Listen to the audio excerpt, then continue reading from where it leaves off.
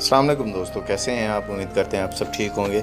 आज की इस वीडियो में आपको बताएंगे कि ब्रेकिंग न्यूज़ कैसे बनती है, उसके लिए कौन से एलिमेंट ज़रूरत होते हैं और हमें कहां कहां से ये एलिमेंट्स मिल सकते हैं, कैसे मिक्सिंग करते हैं।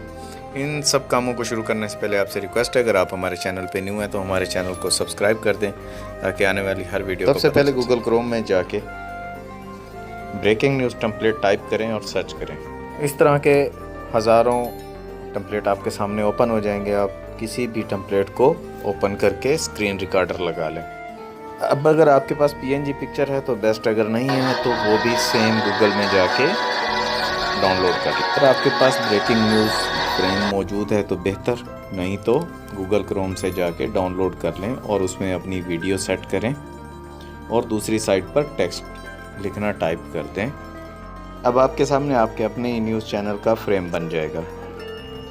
वीडियो को लाइक करना मत भूलिएगा और कमेंट्स करके बताइएगा कि आपको ये वीडियो कितनी पसंद आई और इसमें मज़ीद क्या बेहतरी लाई जा सकती है।